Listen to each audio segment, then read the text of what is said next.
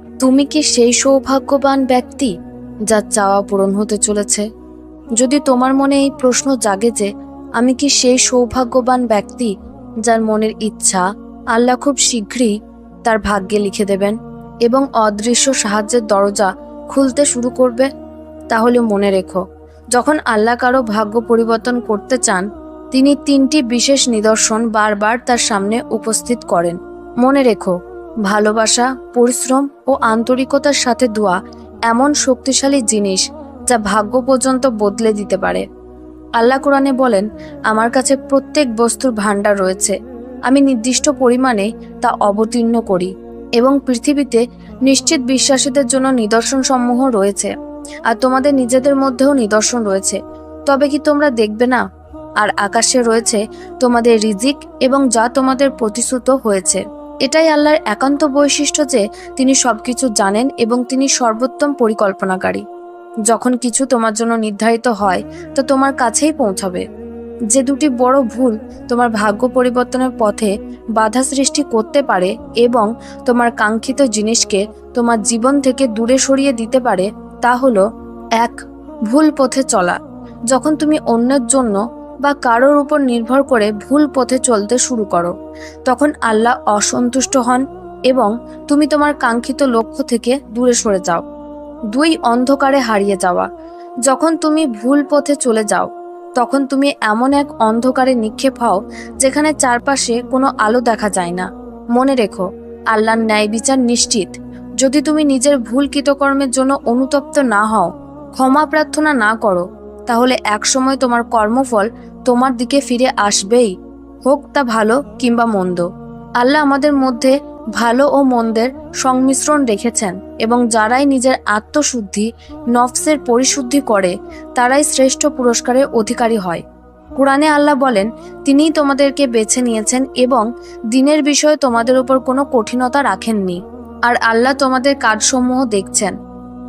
প্রত্যেক ব্যক্তিকে তার কৃতকর্মের পূর্ণ প্রতিদান দেওয়া হবে এবং তিনি তাদের কাজ সম্পর্কে সর্বাধিক জ্ঞাত।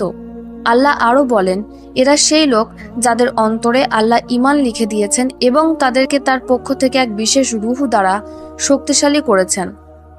3টি বিশেষ নিদর্শন যা প্রমাণ করে আল্লাহ তোমার ভাগ্য পরিবর্তন করতে চলেছেন ইনশাআল্লাহ।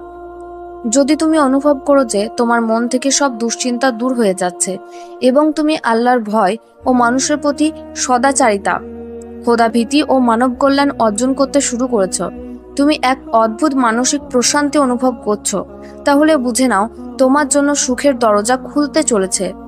আল্লাহ কোরআনে বলেন, যে ব্যক্তি নিজেকে আল্লাহর অনুগত্যে সমর্পিত করে এবং সে সৎকর্মপরায়ণ, সে তো সুদৃঢ় এক বন্ধন ধারণ করলো, আর সমস্ত কাজের পরিণতি আল্লাহর কাছেই পৌঁছাবে। কোনো ব্যক্তির জন্য সেরা উপায় হলো এমন কাউকে খুঁজে বের করা যে তার জন্য আন্তরিকভাবে দোয়া করবে। কখনো এমন কিছু করো যাতে কেউ তোমাকে দেখে হৃদয় থেকে দোয়া করে ফেলে।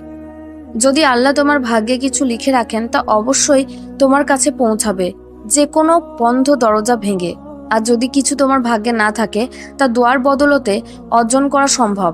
যদি তুমি আজ হতাশ ও দুশ্চিন্তাগ্রস্ত থাকো, তাহলে অন্যের জন্য কল্যাণকর কিছু করো এবং দোয়া অর্জন করো। দেখবে কিভাবে আল্লাহ তোমার জীবন বদলে দেন। তুমি যত বেশি আল্লাহর প্রতি বিশ্বাস রাখবে ও তার সন্তুষ্টির জন্য কাজ করবে, তত বেশি তুমি তোমার কাঙ্ক্ষিত জিনিসকে পাবার কাছাকাছি যাবে ইনশাআল্লাহ। খুব শীঘ্রই তুমি তোমার ভাগ্যে অলৌকিক পরিবর্তন দেখতে পাবে।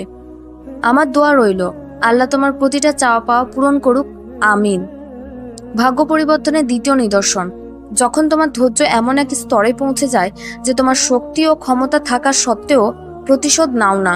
তুমি কিছু শুনেও না শোনার ভান করো, কিছু দেখেও না দেখার মতো করো, তুমি কথা বলার সামর্থ্য রেখেও চুপ করে থাকো, তাহলে জেনে রাখো তোমার এই সংযম ও সহনশীলতা আল্লাহর দৃষ্টিতে দুর্বলতা নয়, বরং প্রকৃত ধৈর্য। কারণ যখন তুমি নিজের আবেগের শক্তির ওপর সংযম রেখে ধৈর্য ধরো, তখন পরম দয়ালু ও মহান রব তোমাকে তার ফল অবশ্যই দেন। আল্লাহ কুরআনে বলেন, আপনি ধৈর্যশীলদের সুসংবাদ দিন, যারা যখন কোনো বিপদের সম্মুখীন হয় তখন বলে, আমরা তো আল্লাহরই এবং আমরাও তার দিকেই ফিরে যাব। এদের জন্য রয়েছে আল্লাহর পক্ষ থেকে বিশেষ রহমত ও অনুগ্রহ, আর এরাই হেদায়েত প্রাপ্ত। মনে রেখো, যদি ভাগ্যে যা লেখা আছে তাই সবকিছু নির্ধারিত করতো, তাহলে আল্লাহ কখনো তোমাকে দোয়া করার ক্ষমতা দিতেন না।